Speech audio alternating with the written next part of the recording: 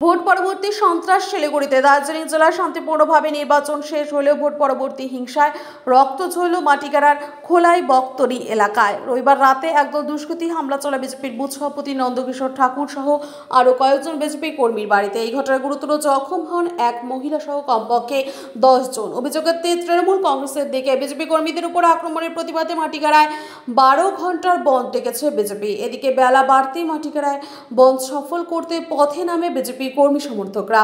বালাসন ব্রিজের কাছে টায়ার জ্বালিয়ে অবরোধ শুরু করে বিজেপি। ফলে জাতীয় সড়কের উপর ব্যাপক যানজট তৈরি হয়। বিজেপির ডাকা বন্ধে মিশ্র সাড়া পড়েছে মাটিগাড়া বাজার এলাকায়। বেশিরভাগ দোকান বন্ধ থাকলেও যান চলাচল এক প্রকার স্বাভাবিক।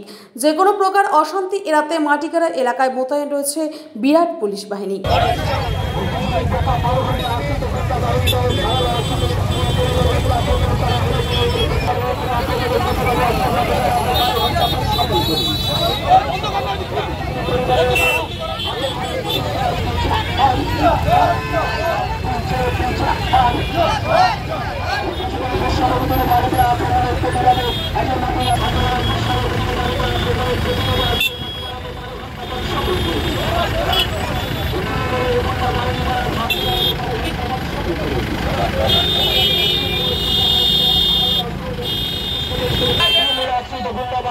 ধারালো অস্ত্র নিয়ে সভাপতির বাড়িতে আক্রমণের প্রতিবাদে আজকে 12 ঘন্টা বন্ধ সফল করুন।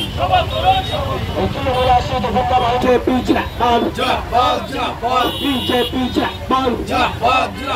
ইমান দেশের মহান নেতা নরেন্দ্র মোদী গুন্ডা বাহিনী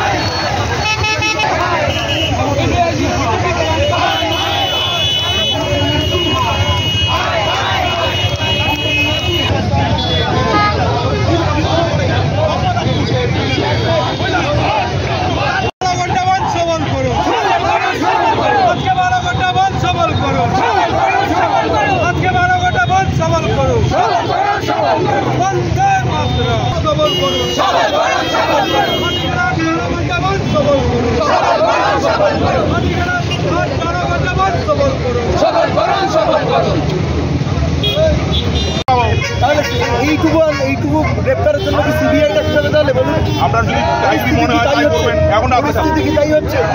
এতগুলো ঘটছে, এই ঘটছে, সিবিআই ডাকতে হবে।